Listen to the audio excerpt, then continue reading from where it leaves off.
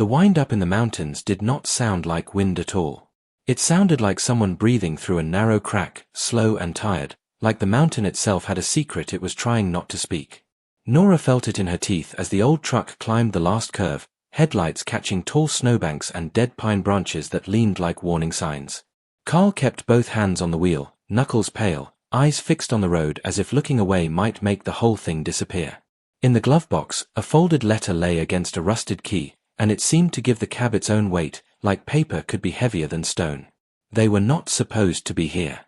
No one was. And yet the key was real, and the directions were too exact to be a joke. Nora looked at the dark slope ahead and tried to swallow, but her throat was dry. She did not know what waited behind the sealed door. She only knew one thing. If they turned back now, they would go back to a life that had been shrinking for years. Nora and Carl lived in a small town that tourists passed through without stopping. In summer, people drove toward lakes and cabins. In winter, they drove toward ski lights and warm bars. Nora and Carl stayed where they were because leaving cost money, and staying was cheaper, even when it felt like staying was slowly taking something from them. Their house was a faded ranch with a low roof and a porch that sagged on one corner. In the mornings, Carl still made coffee in the same dented pot he had owned since his first job. Nora still stood at the sink and watched the steam rise, listening to the quiet. That quiet used to feel like peace. Lately it felt like waiting. They were both in their 70s. They moved slower now, not because they wanted to, but because their bodies asked them to. Carl's knees complained on stairs. Nora's hands sometimes shook when she held a cup too long. They had always been proud people, the kind who paid bills on time and fixed what they could fix. Pride was easier when work was steady and the future felt wide. It was not wide anymore. Carl had worked most of his life as a mechanic for the county. He did not talk about his job much, but he took it seriously. When he retired, he expected to breathe easier. He expected the bills to settle down. Instead, things got more expensive, then even more. The heating bill rose. The pharmacy receipts got longer. The old truck needed repairs more often. Their savings account, once a comfort, turned into a number that kept getting smaller no matter how careful they were. Nora tried not to show how often she did the math in her head. She tried not to look at the calendar and count how many days until the next check.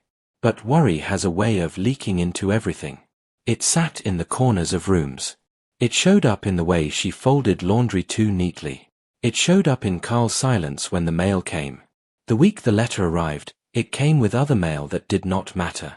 A flyer, a bill, a postcard from a grandkid with a picture of a school project. Nora brought it all inside and set it on the table. Carl was at the window, watching snow start to fall in slow, steady flakes. Nora did not notice the letter at first because it was plain. No bright logo. No printed return address. Just a name written in careful handwriting. Carl. That made Nora's stomach tighten. She turned it over, like that might explain it. The envelope was worn at the edges as if it had traveled in someone's pocket before it traveled through the mail. The stamp looked old, like someone had kept it in a drawer for years. Nora placed it in front of Carl without a word. Carl stared at it as if it might bite. He did not open it right away. He sat down slow, pulling the chair close. His fingers rested on the envelope, not moving. Nora watched him, waiting for a joke that did not come. Carl's face had changed in a way she had not seen in a long time, like something had reached through the years and touched him. Finally, he slid a finger under the flap. Inside was a letter folded into thirds, and a key taped to the paper with yellowed tape.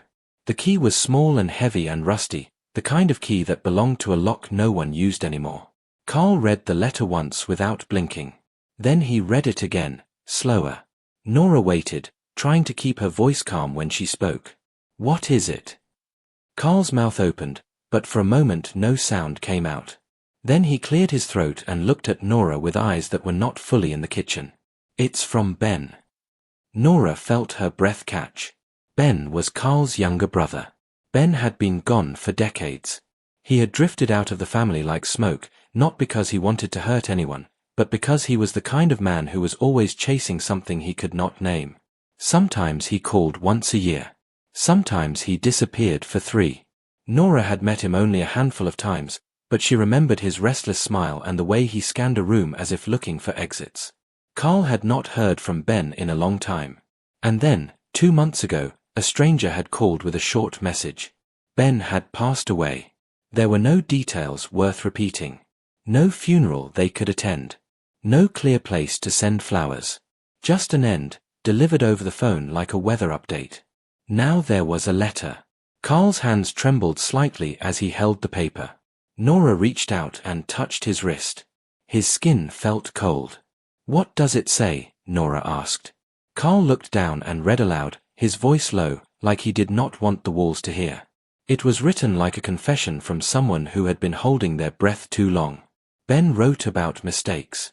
He wrote about things done the wrong way for the right reason, which made Nora frown. He wrote that he could not make it right anymore, but he could at least point Carl toward something. He wrote that Carl had always been the steady one, the honest one, the one who deserved better than what life had given him lately. Then Ben wrote about a place. A sealed facility in the mountains. A door hidden behind an old service road. A key that would still work if the lock had not been replaced.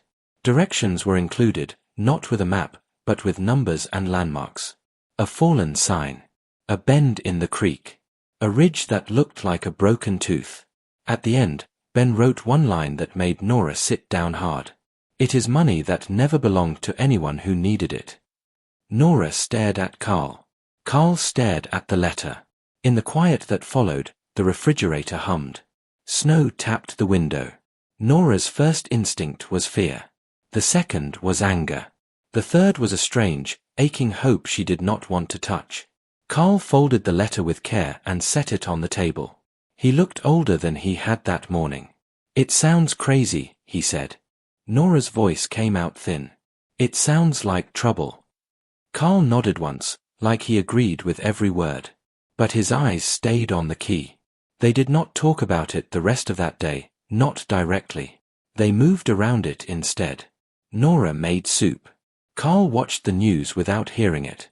At night, Nora lay awake, listening to Carl's breathing and the wind outside. She pictured a mountain door and a darkness behind it. She pictured Ben writing that letter somewhere alone, deciding what to do with whatever he knew. The next morning, Nora found Carl sitting at the kitchen table with a notepad. He had written the directions down carefully, each line spaced and clear. The letter was open beside him. He looked up when Nora entered, like he had been caught doing something childish. Nora set 2 mugs of coffee on the table. She did not sit right away. "You're serious," she said.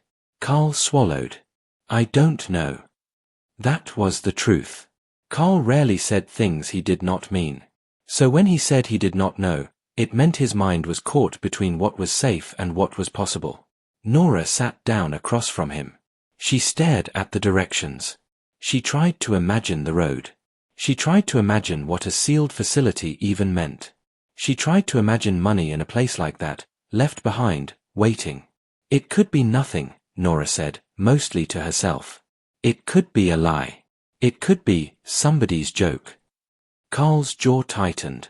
Ben didn't joke like that. Nora remembered Ben's smile and the way it never fully reached his eyes. That made her uneasy. "What if it's dangerous?" Nora said. "What if it's locked for a reason?" Carl traced the edge of the key with his thumb. "Everything's locked for a reason." Nora looked away, out the window, at their yard. The fence needed a new section. The old shed leaned. A wind chime hung crooked because the hook was loose. Their life was full of small problems that became big because they had no extra money to throw at them. And lately, Nora's body had been reminding her that time did not wait for comfort. She thought of the last bill from the clinic. She thought of Carl's knees. She thought of how their granddaughter had asked, sweetly, if they could visit this summer, and Nora had smiled and said maybe, because gas money was not something she could promise anymore.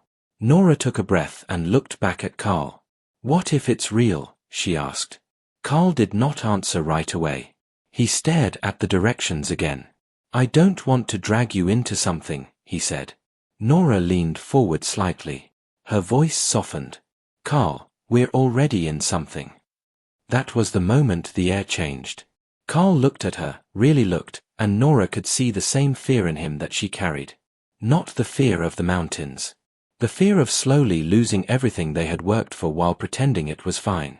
By afternoon, they had made quiet preparations like they were going on a simple trip. Carl checked the truck fluids. Nora packed sandwiches and a thermos. They dressed in layers. Nora put hand warmers in her pockets. Carl brought a flashlight and a small toolkit. He did not say why he chose those things. He did not have to. Before they left, Nora stood in the hallway and looked at the family pictures on the wall. She paused at one of Ben from years ago, standing at a picnic table with a beer in his hand, smiling like the world could not catch him. She wondered what Ben had been running from. She wondered what he had gotten into. She wondered why he had chosen Carl, of all people, to carry this weight. When Nora turned back, Carl was holding the key. He had slipped it onto an old key ring with their house key, as if trying to make it part of something normal. They drove out just before dusk. The town lights fell behind them. The road narrowed and rose. Snow thickened. The sky turned the color of steel. Nora watched the trees pass, tall and silent, and she felt like they were entering a place where people did not belong. Carl followed the directions with a focus that made his face hard. He counted bends. He watched for landmarks. He slowed near a broken sign half buried in snow, just like the letter said. Then he turned onto a service road that looked unused, its entrance hidden by a drift and branches. The truck bumped along, tires crunching over frozen gravel. The forest grew tighter around them. The air felt colder, sharper. Nora's hands stayed in her lap, clenched under her gloves.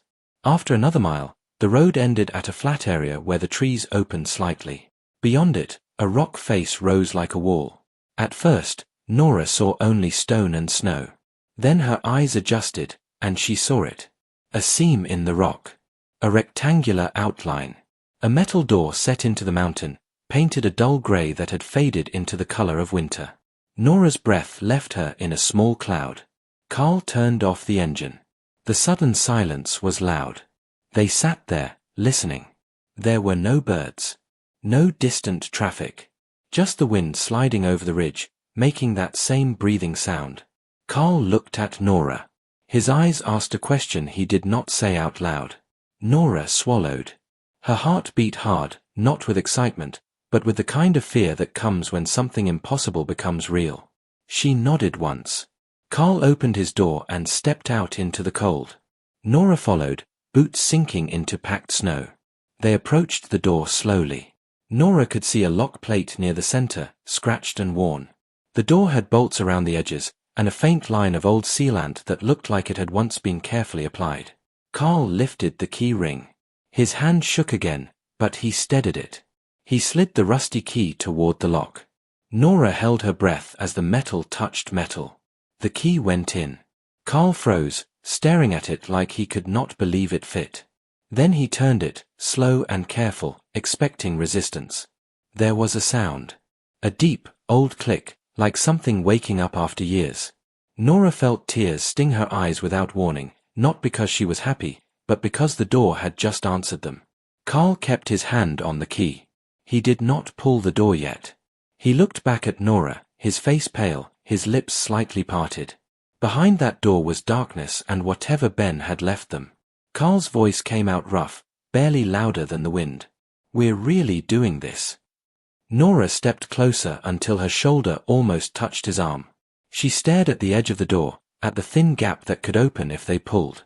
She nodded again, because if she tried to speak, her voice might break. And together, they reached for the handle. The door did not open the way Nora expected. It did not swing out fast or scream with metal protest. It moved slow, heavy, as if the mountain itself was reluctant to let go. Carl leaned his weight into it, boots slipping slightly on the packed snow, and the door shifted inward just enough for a line of darkness to appear. Cold air breathed out from inside, colder than the mountain air, dry and stale, carrying a smell like dust and old metal. Nora felt it on her face and shivered. She pulled her coat tighter without thinking. Carl stopped pushing. He stood there, one hand on the handle, the other braced against the doorframe, listening. They both listened. The silence inside was thick, untouched. No hum. No drip. No sound of movement. It was the kind of quiet that felt preserved. Carl reached into his pocket and pulled out the flashlight. When he clicked it on, the beam cut into the darkness like a narrow blade. It showed concrete walls, a short entry corridor, and the edge of another interior door farther in. "Careful," Nora said, her voice low, almost lost to the wind. Carl nodded and pushed again. The door opened wide enough for them to slip through. Nora stepped inside first, her boots scraping softly on concrete. The air inside felt wrong against her skin, too still, like it had been sealed away from time. Carl followed and pulled the door closed behind them until it met the frame again. He did not lock it. The click from before echoed faintly in Nora's head. The flashlight beam moved slowly, revealing more of the corridor. The walls were plain concrete, stained in places with darker patches where water had once seeped in. The ceiling was low enough that Carl instinctively ducked. Old conduit pipes ran along one side, their metal dulled with age. There were no signs, no bright warnings, nothing that said what this place had been for. That made it worse. They took a few careful steps forward. Each footstep echoed softly, as if the space remembered sound and wanted to hold on to it. Nora's heart beat loud in her ears. She told herself to breathe slow, the way she had learned years ago when panic threatened to take over. She focused on small things. The way the beam shook slightly in Carl's hand. The way the concrete floor was surprisingly clean, not dusty like she expected. Someone had cared about this place once. At the end of the corridor was another door, this one lighter, with a handle instead of a wheel. A faded sticker clung to it, edges peeling. The words were too worn to read. Carl reached for the handle, then stopped. He turned and looked at Nora. His eyes searched her face, looking for fear or doubt or permission. Nora's mouth felt dry, but she forced herself to nod. Carl opened the door. The room beyond was larger than the corridor, wide enough that the flashlight beam did not reach the far wall right away. As Carl stepped in and swept the light across, Nora's breath caught. Metal shelves lined the walls. Not random storage shelves, but sturdy, bolted frames that ran from floor to ceiling. Some held empty crates, stacked neatly. Others held boxes sealed with thick tape, yellowed with age. The floor was marked with faded lines, like someone had once mapped out precise positions for equipment. In the center of the room stood a heavy table, bare except for a thin layer of dust that showed no footprints, no handprints. It looked like a place where people had once stood and worked, then simply left. Nora felt a strange pressure in her chest. This was not some abandoned shed or forgotten bunker. This had been organized. Intentional. Carl moved slowly, the beam drifting from shelf to shelf. He did not touch anything yet. Nora followed a few steps behind, careful where she placed her feet. "What was this?" Nora whispered, though she knew Carl had no answer. Carl shook his head slightly. His face was tight, focused. He knelt near one of the boxes and brushed away dust with his glove. The tape was thick, wrapped more than once. There was writing on the side, but it had faded into a blur. Carl stood again without opening it. They moved deeper into the room, then into another passage that branched off to the right. This one sloped downward slightly, and Nora's ears popped with the change in pressure. The air grew colder. The flashlight beam caught on something reflective ahead. As they rounded the corner, the beam revealed a metal cage, tall and locked, bolted into the floor. Inside it were stacks of sealed cases, uniform in size and shape. Nora stopped walking. Carl took one step closer, then another. He knelt and examined the lock. It was old, but solid. Nora's stomach twisted. She did not want to say what she was thinking, because saying it would make it real. Carl reached out and touched one of the cases through the bars. His glove made a soft sound against the surface. He swallowed. "These aren't empty," he said quietly. Nora's legs felt weak. She leaned against the wall, cold concrete seeping through her coat. Her mind raced ahead, imagining possibilities she did not want to name. Carl stood and stepped back, as if the cage might react to him. He scanned the room again, more carefully now. That was when he noticed the cameras. They were mounted high in the corners, small and dark, their lenses dull with age. They did not move. There were no lights on them. But their presence sent a chill through Nora that had nothing to do with the temperature. Carl's jaw tightened. He raised the flashlight and examined the cables. They were cut. Cleanly, not chewed or torn. Someone had disabled them on purpose. Nora's fear sharpened into something more focused. This place had not simply been forgotten. It had been closed. They moved on, slower now, their earlier curiosity replaced by caution. The next room held rows of filing cabinets, metal and heavy, many of them locked. One stood open, drawers pulled halfway out, papers inside yellowed and curled. Nora resisted the urge to touch them. She did not want to leave traces of themselves here. Carl checked his watch, then looked at the flashlight, gauging the battery. He exhaled slowly. "We shouldn't rush," he said, more to himself than to Nora.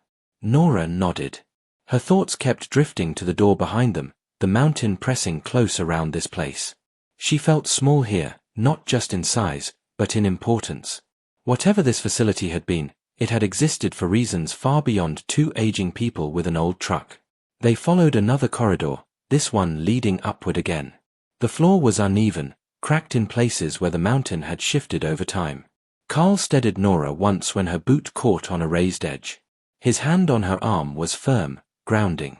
At the end of the corridor was a room unlike the others. This one was bright. Not with light, but with color. Tall stacks of green cases filled the space, arranged in tight rows, each case marked with faded symbols and numbers. Some had been opened. Inside, Nora could see bundles wrapped in clear plastic, the contents unmistakable even from a distance. Her breath hitched hard, and she pressed a hand to her mouth without realizing it. Carl stood very still. The flashlight beam trembled slightly as it moved across the stacks. For a long moment, neither of them spoke. Nora felt dizzy, like the ground had tilted under her. Her mind screamed that this could not be real. That money did not just sit in a mountain, waiting. That this kind of thing belonged to movies and rumors, not to people like them. Carl finally broke the silence. "My God," he said, and the words sounded small in the vast room. Nora took a few unsteady steps forward. She did not touch anything. She did not need to. The sight alone was enough to make her knees weak. This was not a few forgotten bills. This was not a stash someone had hidden in desperation. This was organized, counted, stored. It was wealth on a scale Nora had never imagined being near. Fear surged again, stronger now. "This is bad," Nora whispered. "Carl, this is really bad." Carl nodded slowly. His face had lost all color. "Ben said it never belonged to anyone who needed it," he murmured, as if repeating the words might explain everything. Nora shook her head. "Money like this always belongs to someone," she said. "Even if they don't need it." Carl did not argue. He looked around the room again, this time noticing details he had missed before. The dates stamped on some cases. The labels on the shelves. The careful spacing. This was stored, he said. Not hidden. Nora's thoughts jumped to the cameras, the sealed door, the lack of signs. This place had been designed to disappear without being erased. They stood there, trapped between awe and terror, until a sound reached them that did not belong to the building. It was faint at first. A low vibration, like distant thunder. Carl froze. He tilted his head, listening. The sound came again, clearer this time. A dull rumble, followed by a brief metallic echo that traveled through the concrete. Nora's heart slammed against her ribs. "What was that?" she asked. Carl did not answer right away. He turned and aimed the flashlight back down the corridor they had come from. The beam stretched into the darkness, showing nothing out of place. But the sound came again, closer now, unmistakable. Footsteps. Not theirs. Nora felt the blood drain from her face. Her mind raced through impossible explanations. Animals. The mountain settling. But the rhythm was wrong. Too steady. Too deliberate. Carl reached for Nora's hand and squeezed it once, hard. "We're not alone," he said. The footsteps grew louder, echoing off the concrete walls, coming from the direction of the entrance corridor. Whoever it was moved with confidence, not the hesitant steps of someone exploring for the first time. Nora's mouth opened, but no sound came out. Her chest felt tight, her breath shallow. Carl scanned the room quickly, looking for a place to hide, an exit, anything. His eyes landed on a narrow service door on the far side, partially obscured by stacked cases. He leaned close to Nora, his voice urgent but controlled. "Stay quiet," he said. "Stay with me." The footsteps stopped. For a brief, terrifying moment, there was silence again. Then a voice echoed through the corridor, calm and familiar in a way that made Nora's skin crawl. "Well," the voice said, "I was wondering when someone would finally turn that key." Nora's grip tightened on Carl's hand as the beam of a second flashlight appeared at the corridor entrance, sweeping slowly toward them. The second flashlight beam moved slow and steady, sweeping across the corridor walls as if the person holding it already knew what they would find. Nora felt Carl's hand tighten around hers. His grip was firm, protective, but she could feel the tension in it, the same tension she felt in her own chest.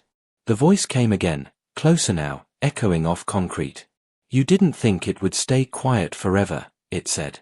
Carl stepped forward just enough to put his body slightly in front of Nora. His shoulders squared, not in anger, but in instinct.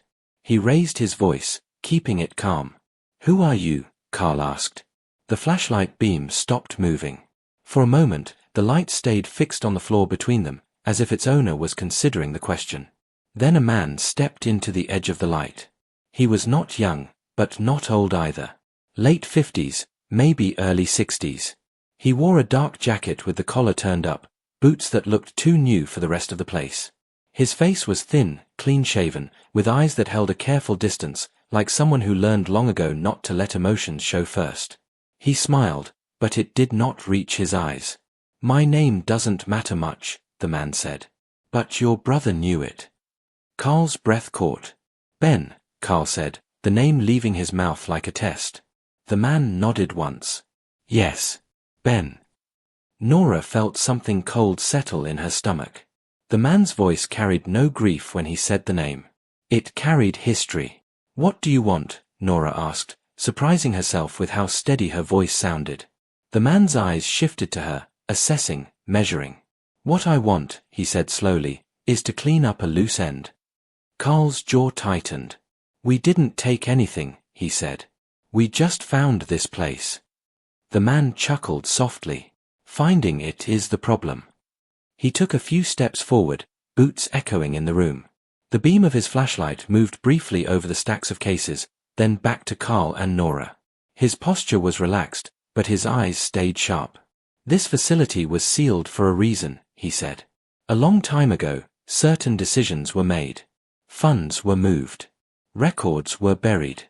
People were told to forget." Nora's mind raced. She thought of the filing cabinets, the cut camera cables, the careful storage. She thought of Ben, restless and searching, stumbling into something too large for him. "And Ben," Nora said quietly, "didn't forget." The man's smile faded. For the first time, a flicker of irritation crossed his face. "No," he said. "Ben did not forget. Ben had a talent for opening doors he shouldn't." Carl felt anger rise in him, hot and unfamiliar. "What did you do to him?" The man's eyes hardened. "Ben made choices. Bad ones. Like he always did." "That's not an answer," Carl said.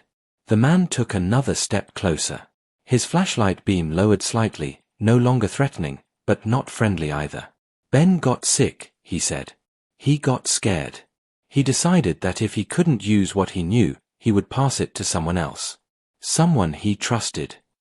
Nora felt tears sting her eyes at the thought of Ben, alone and afraid, writing that letter. She imagined him weighing the risk, choosing Carl because Carl had always been the safe one. "He should have stayed quiet," the man continued. "This place was meant to disappear.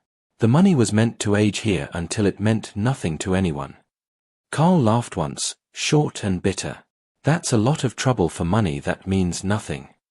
The man's gaze locked onto Carl's. "It meant everything at the time. It still does. Just not to people like you." Nora bristled at that. "People like us," she said. "You don't even know us." The man tilted his head slightly. "I know enough. You're not thieves. You're not criminals. You're just curious. Desperate, maybe." The word hit Nora harder than she expected. She hated that it was true. The man sighed, as if this conversation bored him. "Here's how this goes," he said. "You leave. You forget what you saw. You go back to your quiet life. And this place stays quiet. Carl shook his head. You can't just pretend we weren't here. The man's expression softened, but only slightly. I can, he said. And so can you. Nora felt the weight of the moment press down on her. She saw the choice forming, heavy and unavoidable. Walk away and carry this secret forever. Or stay and invite consequences they could not predict. Carl looked at Nora. She saw the conflict in his eyes, the pull between fear and fairness. What is this money? Carl asked. Really? The man hesitated. Just a fraction of a second. But it was enough. It was never meant to help people, he said. It was meant to solve problems. What kind of problems? Nora asked. The man did not answer right away. He walked past them, deeper into the room, his hand brushing one of the cases. He spoke without turning back. Years ago, he said, there was a project.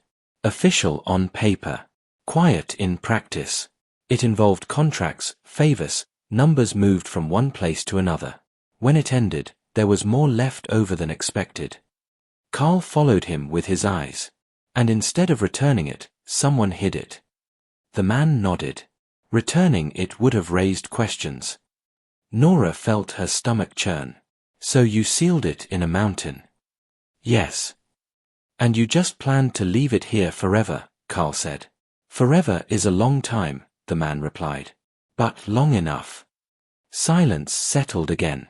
The facility seemed to hold its breath, waiting. Carl spoke slowly. Ben wanted us to find it. Not for us. The man turned. Ben wanted to feel better about himself before he died.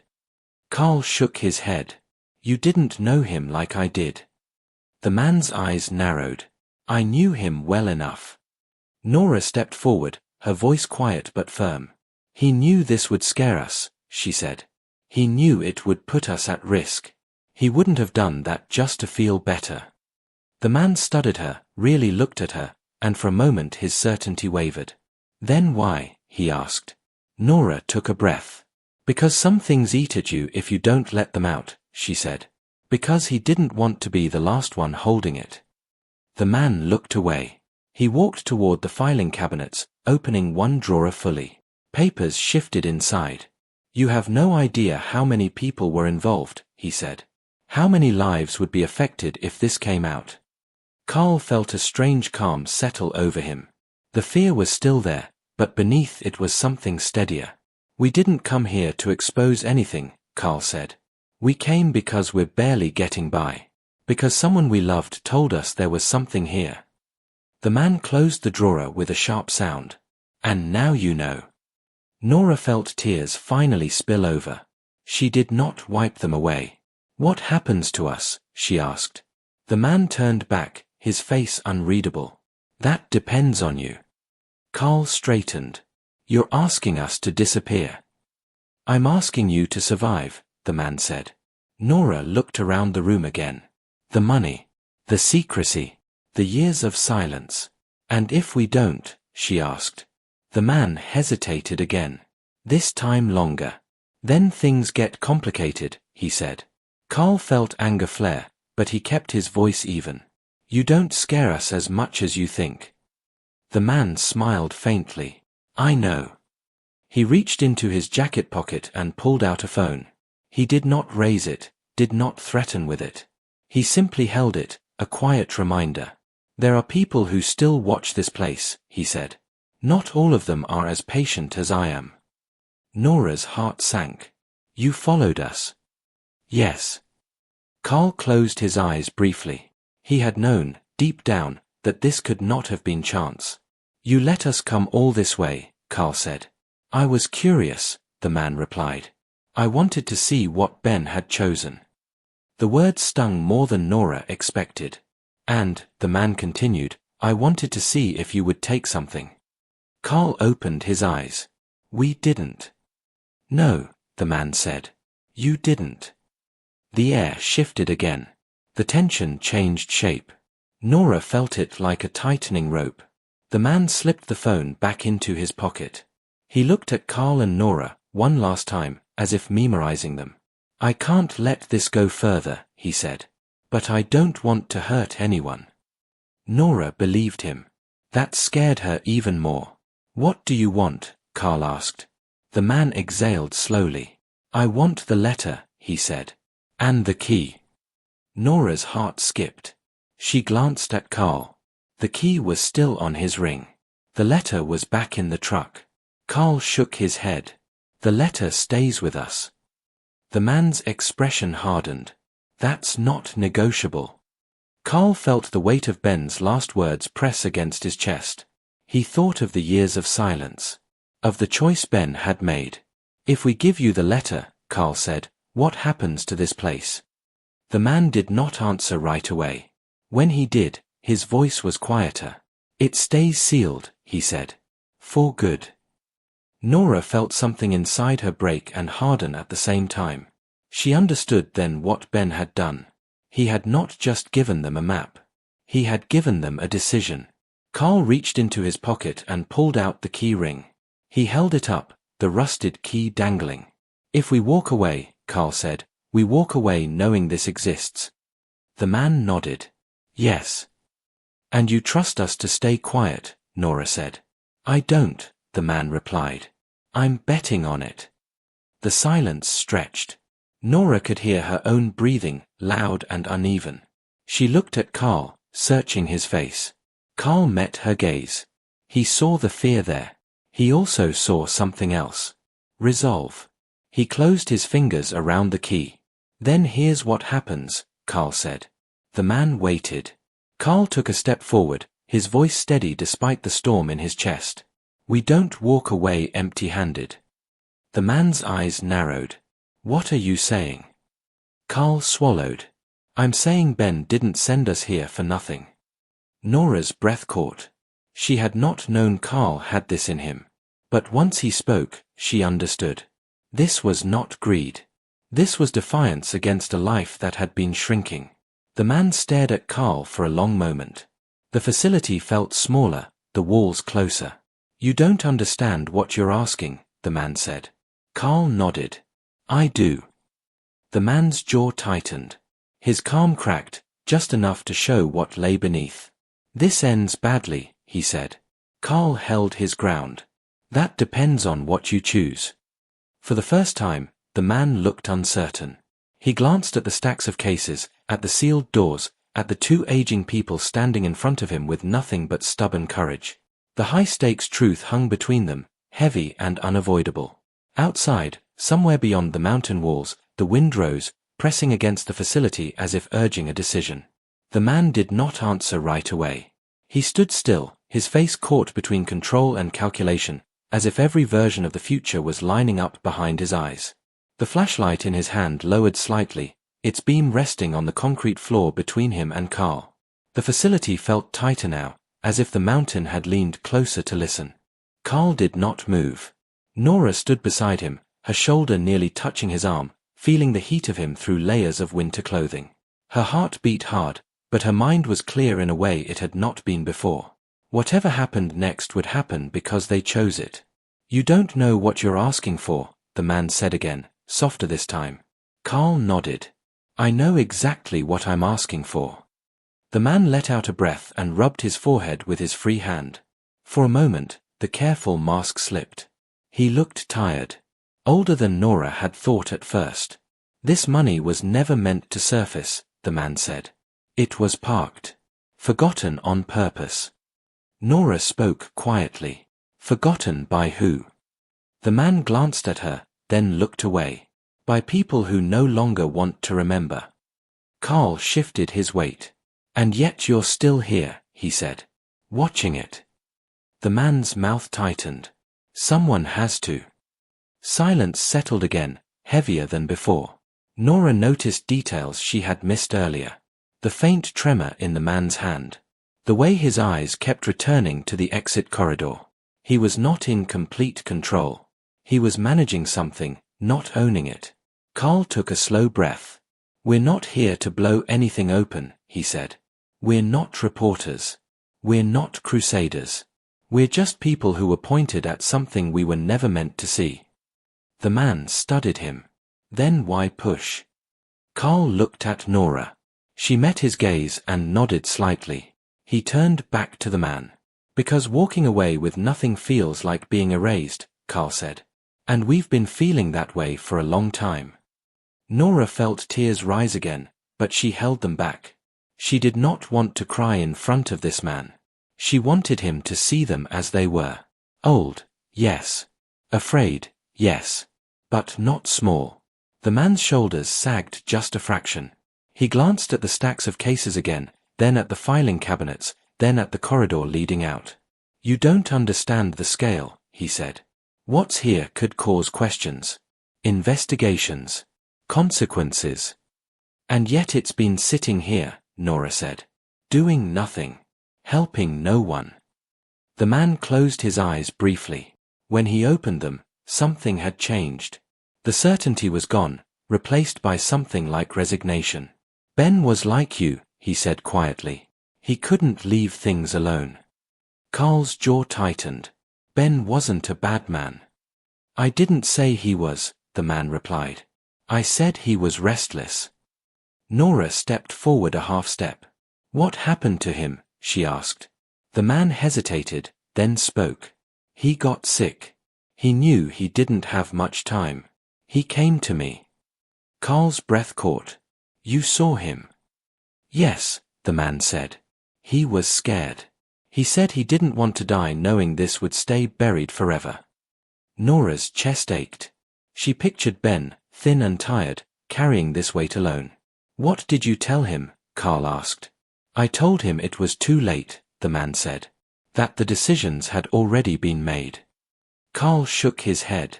Ben never accepted that. No, the man said. He didn't. The man straightened slowly. When he spoke again, his voice was steady, but the edge was gone. I can't give you everything, he said. And I can't let this turn into a public spectacle. Carl did not interrupt. He sensed the shift, the opening. But, the man continued, I also can't pretend you were never here. Nora felt her heart pound. So what happens? The man looked directly at Carl. What happens is we make this smaller.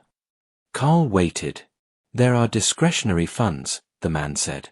Accounts that no one checks closely anymore. Slivers taken from places like this over the years. Enough to make lives easier without triggering alarms. Nora held her breath. The man's gaze was sharp. This would never be spoken of again. Not by you. Not by anyone. Carl did not answer right away. He thought of the house. The bills. The quiet fear that had crept into their days. He thought of Ben's handwriting, careful and deliberate. How much? Carl asked. The man hesitated. Enough. That's not an answer, Nora said. The man exhaled.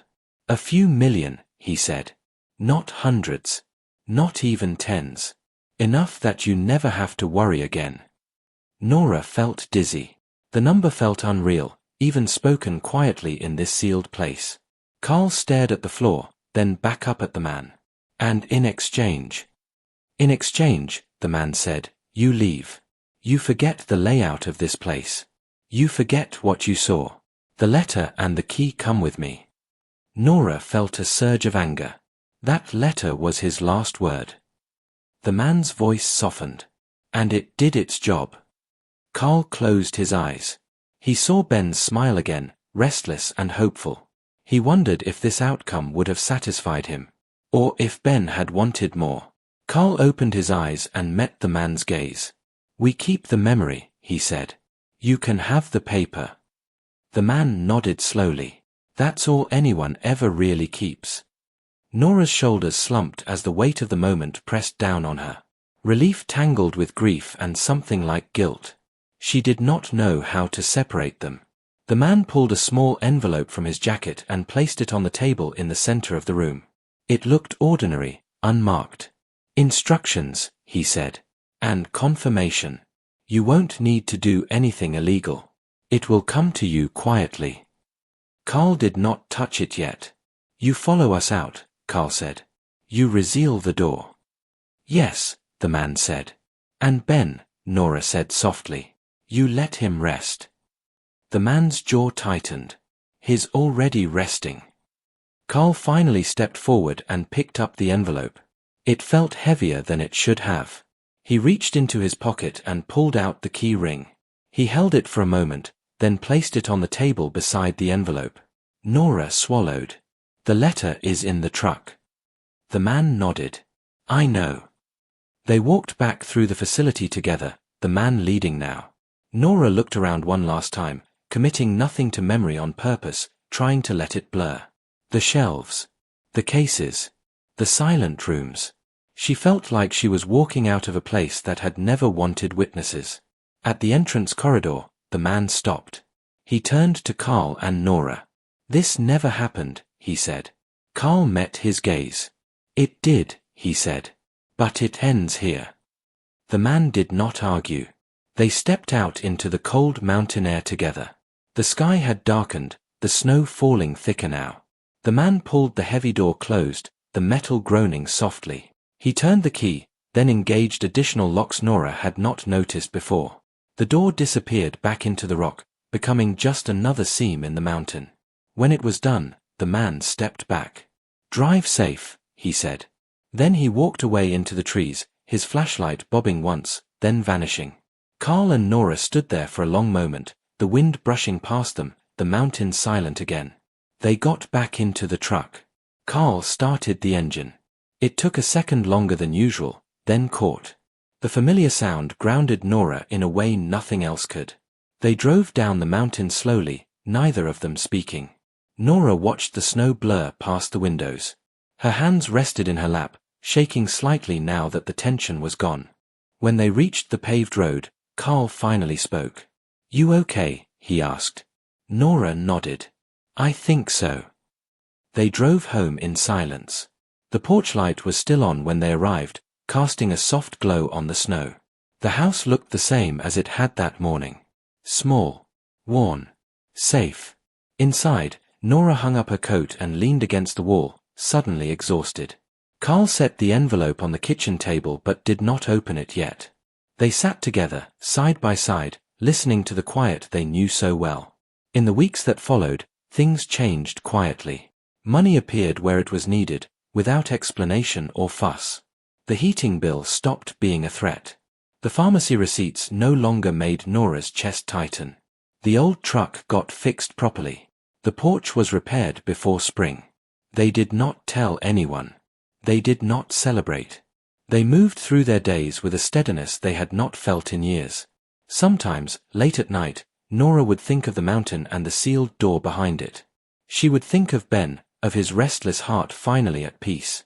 Carl would sometimes sit at the table and stare at nothing, his thoughts far away. When Nora touched his hand, he would squeeze back, grounding himself again. They never spoke of the man or the facility, but they carried the memory in the way they moved through the world now. Quieter. More deliberate. One afternoon, months later, Nora found Carl standing in the yard, looking up at the mountains in the distance. The snow had melted, revealing dark green slopes under a pale sky. What are you thinking about? She asked. Carl smiled faintly. Just how close we were to turning back. Nora stood beside him and took his hand. I'm glad we didn't, she said. Carl nodded. Me too. And somewhere deep inside the mountain, behind a door no one would open again, a secret remained sealed, while two ordinary lives moved forward, finally unafraid of the quiet. When they reached the paved road, Carl finally spoke. You okay? He asked. Nora nodded. I think so. They drove home in silence. The porch light was still on when they arrived, casting a soft glow on the snow. The house looked the same as it had that morning. Small. Worn. Safe. Inside, Nora hung up her coat and leaned against the wall, suddenly exhausted. Carl set the envelope on the kitchen table but did not open it yet. They sat together, side by side, listening to the quiet they knew so well. In the weeks that followed, things changed quietly. Money appeared where it was needed, without explanation or fuss. The heating bill stopped being a threat. The pharmacy receipts no longer made Nora's chest tighten. The old truck got fixed properly. The porch was repaired before spring. They did not tell anyone. They did not celebrate. They moved through their days with a steadiness they had not felt in years. Sometimes, late at night, Nora would think of the mountain and the sealed door behind it. She would think of Ben, of his restless heart finally at peace. Carl would sometimes sit at the table and stare at nothing, his thoughts far away. When Nora touched his hand, he would squeeze back, grounding himself again. They never spoke of the man or the facility, but they carried the memory in the way they moved through the world now. Quieter, more deliberate. One afternoon, months later, Nora found Carl standing in the yard, looking up at the mountains in the distance. The snow had melted, revealing dark green slopes under a pale sky. "What are you thinking about?" she asked. Carl smiled faintly. "Just how close we were to turning back." Nora stood beside him and took his hand. "I'm glad we didn't," she said. Carl nodded. "Me too."